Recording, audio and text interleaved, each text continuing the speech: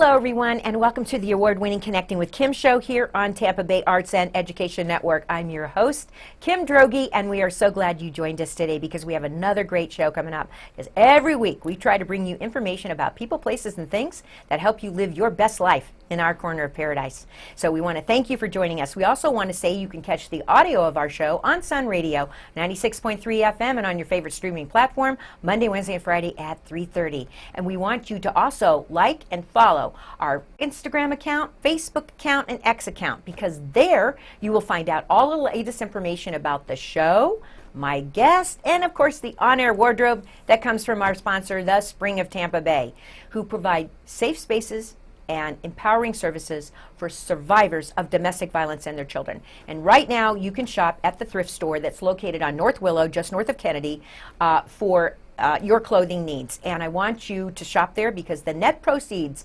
help support their mission, and it's a very important mission. So, thanks for joining us today. I am so glad I have someone back. Well, she's back in the chair on the TV show. She was with me on the radio show shortly after she took her position, and we're so thrilled to finally be able to schedule her on Connecting with Kim. So I'm so pleased to introduce you to Bonnie Wise, who is our Hillsborough County Administrator. Welcome back, Bonnie.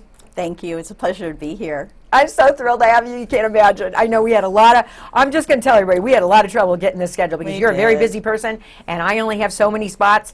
And but we finally made it happen. And we give a shout out to Nikki Milan, right? Yes, we sure do. We give a shout out to Nikki Milan. Bonnie, you know, when we start the show, we always give our guests the opportunity to share their life journey as much as they feel comfortable with our viewing and listening audience. Because as I say to everyone, you never know when somebody out there listening and watching shares something in common with you. They went to the same school, they're from the same place, or they did the same job, or whatever. And we want them, you know, to know that you have a connection. So, I'll be happy to do that. Thank you. Well, I grew up in South Florida and went to school at the University of Florida and have my master's degree in finance from the University of Florida. Moved to Tampa after that and worked in banking for a little while, but then had the opportunity to join a firm called Raymond James, and I was an investment banker there and then in another firm called William R. Huff and Company, and I did public finance work. So I was an investment banker for half of my career. And then had the opportunity to join the city of Tampa when Pam Iorio became the mayor. So she asked me to be the CFO for the city of Tampa, and this was an opportunity for me to use my finance skills for a place that was my home. Exactly. And I had been doing bond issues, public finance bond issues throughout the state of Florida, whether it was water and sewer bonds or affordable housing or stadiums, all kinds of municipal bonds. But then I was able to do that for my own home. And then about 13 years ago or so, I joined Hillsborough County after Mayor Iorio's term was over, and had the opportunity to work with Mike Merrill, who was the county administrator before me. Mm-hmm. We had known each other for many, many years, and it was a really great place to come on a larger venue and still stay in my home and still serve the community. I know you took over about 3.5 years ago from Mr. Merrill, who was legendary and in that job a long time, right? We got together right after that on the Connecting with Kim radio show for an interview. So, you know, personally, I think the county administrator is like, if not, it is there one of the most important, or not the most important position in county government, non-elected. So I think we ought to take a few minutes at the top of the show to talk about, because I am thoroughly convinced that there are folks out there, existing residents as well as all the new residents we have in our county, that do not understand what is the county administrator and what do they do.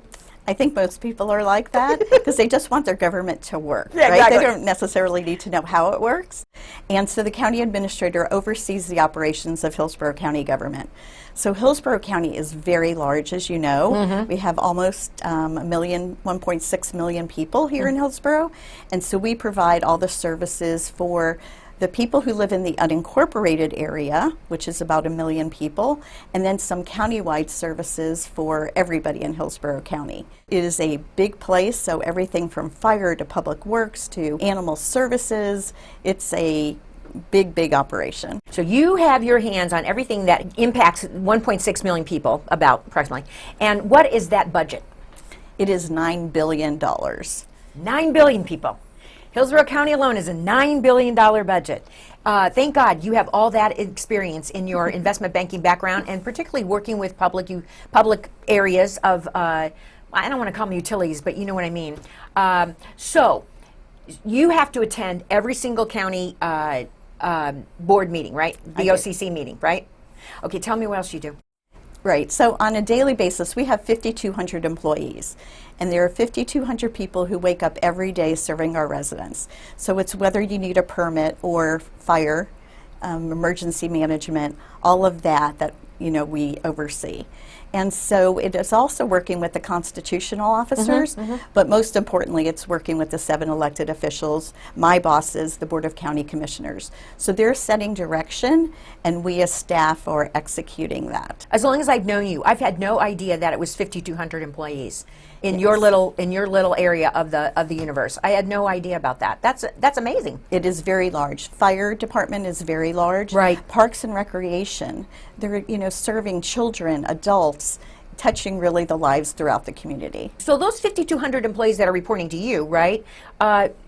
Besides staff, who does that also encompass? Because I'm getting a little, like you mentioned fire and you mentioned, are those people reporting to you? They are. Okay. Yes. I guess I never really realized that. So thank you for clarifying that. Right. No, you can't do that without a fabulous team, of course. I have an executive team, and then there's assistant county administrators as well as department directors. So there's, 35 departments or so, and then they all report up to me ultimately.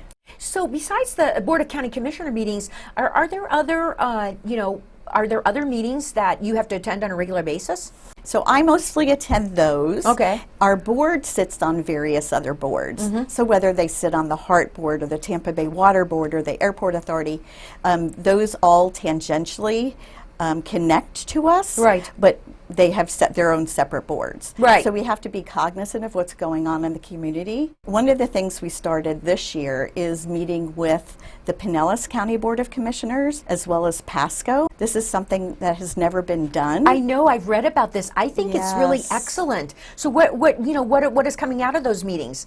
It was so great. It was, frankly, during COVID, where the county administrators from Pinellas and Pasco, we got together and we would brainstorm, talk about what issues were affecting us, and it really came into play during emergencies, during hurricanes especially. Sure. And so now we have developed this friendship, and now we have this working relationship with our boards as well. And so the boards had the opportunity to talk about these regional issues. Issues don't just stop at the county line. Right. So we really have to work through that and talk through them. It's been a very rewarding experience. Well, and because when you say Tampa Bay, I mean, you don't just mean Hillsborough County. I mean, you mean, it encompasses Pinellas County, it encompasses a little, south of us, Manatee, Sarasota County, it encompasses north of us, Pasco and Polk. I mean, it's not just, Tampa Bay is a big word, and a lot of people are involved in that. So I think this is wonderful, and the synergy and the sharing of ideas and issues must be really helpful also. It has been. Like I said, Hillsborough is very large. So we're about 1,000 square miles, just Hillsborough. So roughly the size of the state of Rhode Island. Right. And then our population is greater than 11 states. Yeah. So you think about that. There's, governors and, Yeah. senators and whatnot. And here we are in Hillsborough County, and we're so diverse. You think about East County and then the urban core. And so the needs are different throughout our community. The other thing that's a little bit unique about Hillsborough is that we only have 3 incorporated cities. Right. So Tampa, Temple Terrace, and Plant City. And people don't realize that. So they think, oh, Brandon's not a city, Riverview's not a city, Carrollwood's not a city. They've tried in the past. And there's a lot to be, most people don't understand. When you want to become a city, okay, now you've got a lot of obligations you have to supply, like police and fire and all this stuff. And when it comes down to voters and they realize what their financial exposure is going to be becoming a city, a lot of times it fails because of that reason alone. Right. And you think about the regular infrastructure that's required. Right. Water delivery. Right. Solid waste. Exactly. Those types of everyday things that affect people and their lives. And so that's what the barrier. But you look at Pinellas, there's 24 municipalities. So we're just, very unique that we only have the 3. And that's why Hillsborough County's our duties are so much greater because we have those million people who don't live in a city in Hillsborough. So tell me, what's your biggest surprise since you took over about 3.5 years ago? So I didn't realize, even working at Hillsborough, the breadth and depth of what we do. I mean, you think about aging services. Right. So we are helping seniors, have congregate meals. We are doing senior programming. There's our Sunshine Line that's taking people who can't get to their doctor's appointments on their own. Right. And then the amount of trash and water, and providing water for such a growing community. But the thing that's really important too is on the public safety side. Right. So we have a great relationship with the sheriff. Right. So we don't do the police side, the sheriff handles that. But on our fire side, so many of our calls are emergency management type public safety medical calls, about 85%. So where we're not so much on the fire side, but it's so much medical. And in this growing community, getting to people quickly helps save their lives. Well, and it's becoming more and more of an issue, right? Getting to people quickly. I mean, we hear the Hillsborough County Fire Chief as well as the Tampa Fire Chief talk about this issue all the time of being behind the curve on having enough facilities, and having enough facilities impacts response time. So they've been on my show and they've talked about this a lot, and I'm sure they talk to you about it a lot too, right? They do. And the BOCC talks about it a lot because just because you say today, oh, we need another fire station and we're going to put it over here. Well, that's what, maybe a year, 2 years down the line before it's become, it's ready, right? So exactly, it takes time. And then also staffing it is expensive. And you can't have a fire station on every corner, right? Right. Because they're operating 24/7. Right. Of course, so it's Christmas, it's holidays, they're still operating, they're still there. That's right. All through the night. And so we want to look at, how does everything affect response time? Everything from when you make that first 911 call. Right. To make sure that happens seamlessly, and that everything gets dispatched and that we can get to people quickly. If you're just joining me now and connecting with Kim, my guest in the chair is Bonnie Wise, who is the Hillsborough County Administrator. And I hope after we get done with this interview that all of you watching and listening out there have a better understanding of how important Bonnie and her staff of 5200 is to Hillsborough County and its functioning, because we are talking about a huge county with a big budget, $9 billion. So let's talk about that now. Let's talk about what do you think are... I'm almost afraid to start down this path. What do you think are the biggest challenges for Hillsborough County? I'd say the two biggest ones are transportation and public safety. So we were just talking about the need for more fire stations, quicker response time. But we also know that in this growing community, the transportation network is not adequate for where we are. We all sit in traffic, and we need to look at various ways to get people more quickly to where they need to be. So the growth has exceeded our ability to keep up with traffic. So repaving, you think about when has your road been repaved?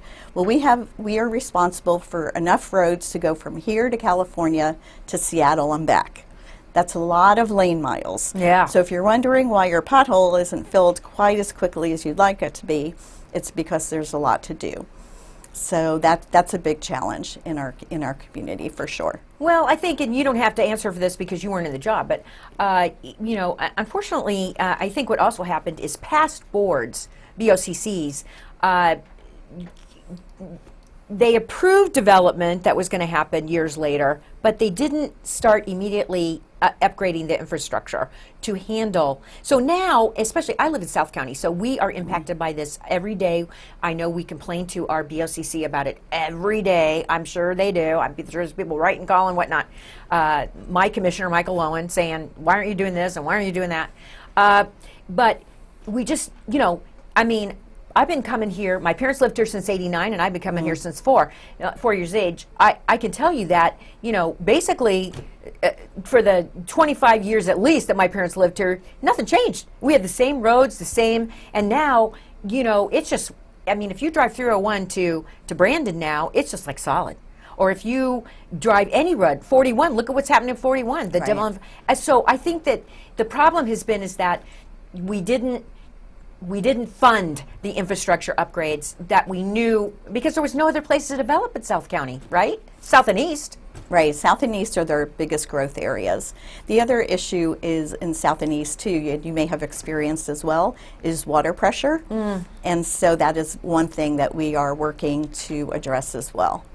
Well, I have to compliment you all, because it has gotten better. We did go through a patch there in my particular area of South County where you couldn't, I mean, even if you had a sprinkler system, you really couldn't use it, because it really, I mean, if it wasn't just optimally balanced, it wouldn't work. And also, like, taking a shower in the morning. I mean, I must say, on my side of town, I didn't have as many problems as people on the north side of my town, but, you know, it was an issue, yeah. But thank God, it's gotten a lot better. And despite all the development that's happened around us, because there's been a lot. I mean, there's housing developments, apartment developments, condo developments, I mean, you name it. So, okay, water pressure. So we talked about public safety, talked about transportation, we've talked about water pressure. What else are the challenges? So let's talk a little bit about emergencies such as a hurricane.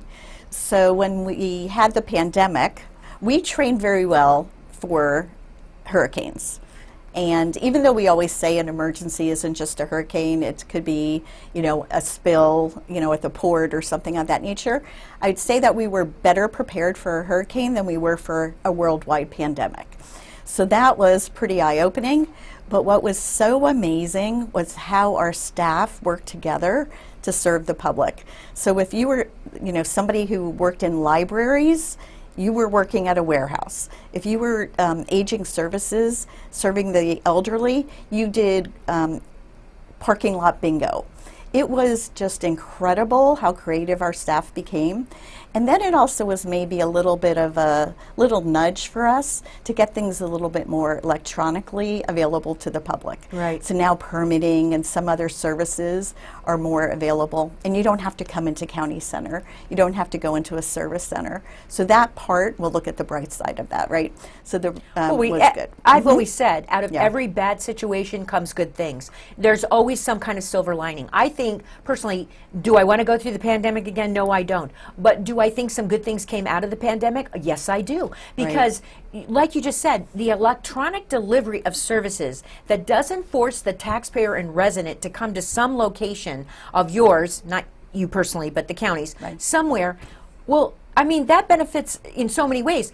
We don't have people on the road. We reduce the amount of congestion and traffic, right? We fulfill the customer's desires in a timely manner. Not everything has to be done at a county center or some kind of county building, right? Exactly, exactly. So that was good. And we've had, you know, a few storms, you know, since this pandemic too. So our emergency management people are incredible, and they are preparing year-round for hurricane season and working with our municipal partners. That's where, you know, having this relationship with Pinellas and Pasco helped a lot as well, because the other participant is the school district. Right. Because the school district is the ones who are providing our shelter areas. So we're having to operate shelters. So when Hurricane Ian, we operated 45 shelters for people.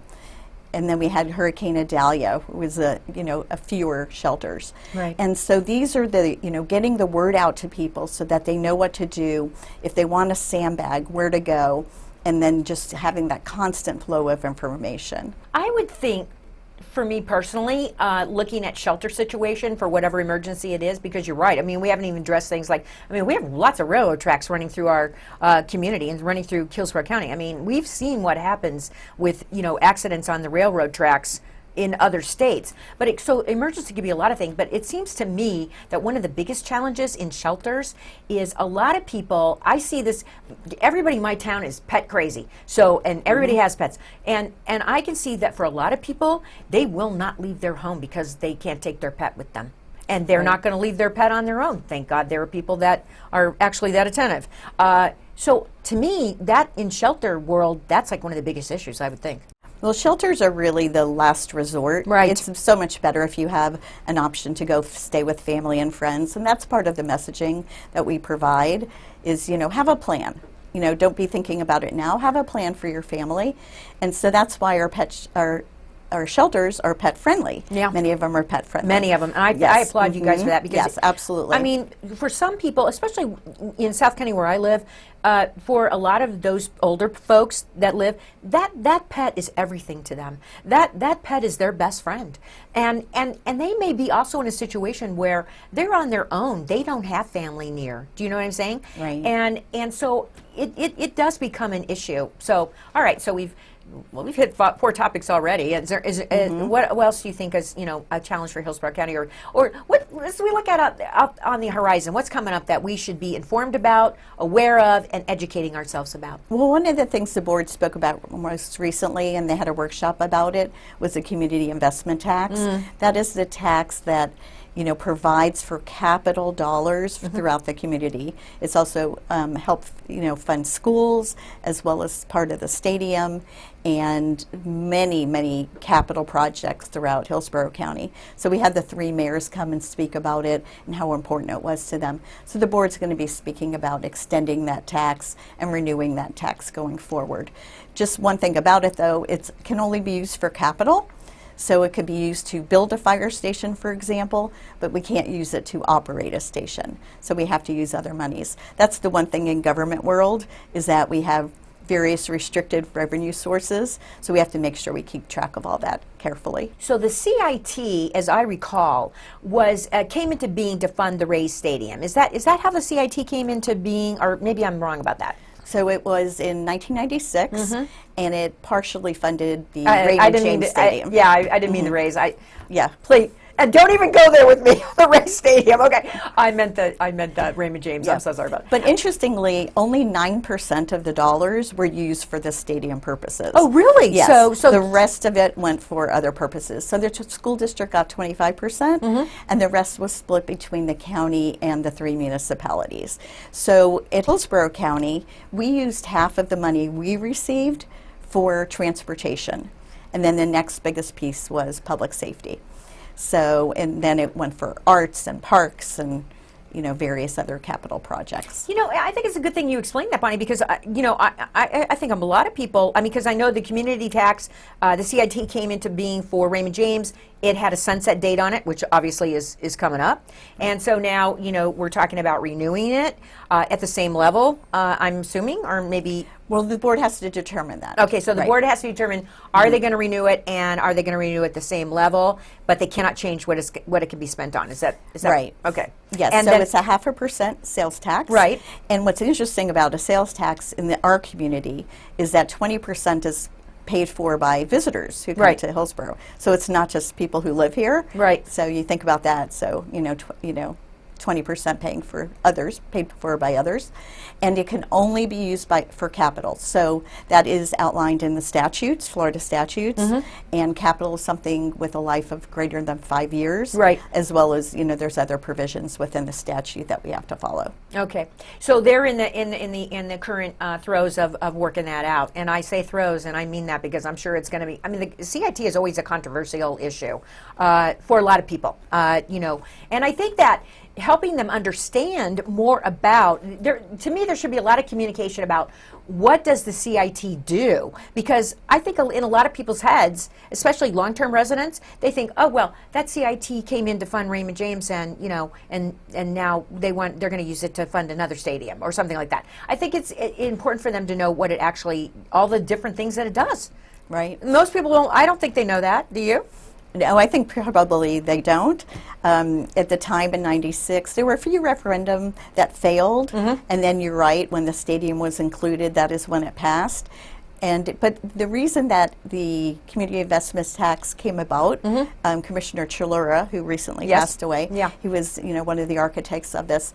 It was that a lot of the infrastructure was deteriorated. Right. Our roads needed work. Our public safety needed work. And so it was a community, as it says, a community investment tax. And that is really what it went for. I know at the city we used it for a lot of police vehicles as well, parks as well at the city. And so each city had the opportunity to speak about how it has really made a difference in their capital. And it helps, not have to raise taxes because you have that money, for that other purpose. But I don't think people realize really how, frankly, little percentage, no, 9 is not a small number, but 9% went for the stadium. I don't think anybody knows that. So we are almost out of time. I can't believe it. Because, I mean, I could sit and talk to you all day because you're just a mountain of information and you touch so many things in this county and you know so much. I mean, I've always admired you tremendously, and I'm thrilled that you're here. So I promised you an opportunity before we sign off to, pitch any kind of message directly to our watching and listening audience. So. Well, thank you. Well, I just really want to thank you for being here. And just know that the people in Hillsborough County, the employees, they so caring and they want to make your life better in Hillsborough County. And so if there's anything, let your elected officials know. We want to be there. We want to help. We want to make life better for the community. Thank you, Bonnie. And I just want to add one little thing onto that. People, when you call into the county, for whatever it is, please don't be attacking them. Please, as my daddy always told me from the time I was knee-high to a grasshopper, right? You catch more flies with honey than you do vinegar. So just remember, they're people too. They live in this county like you.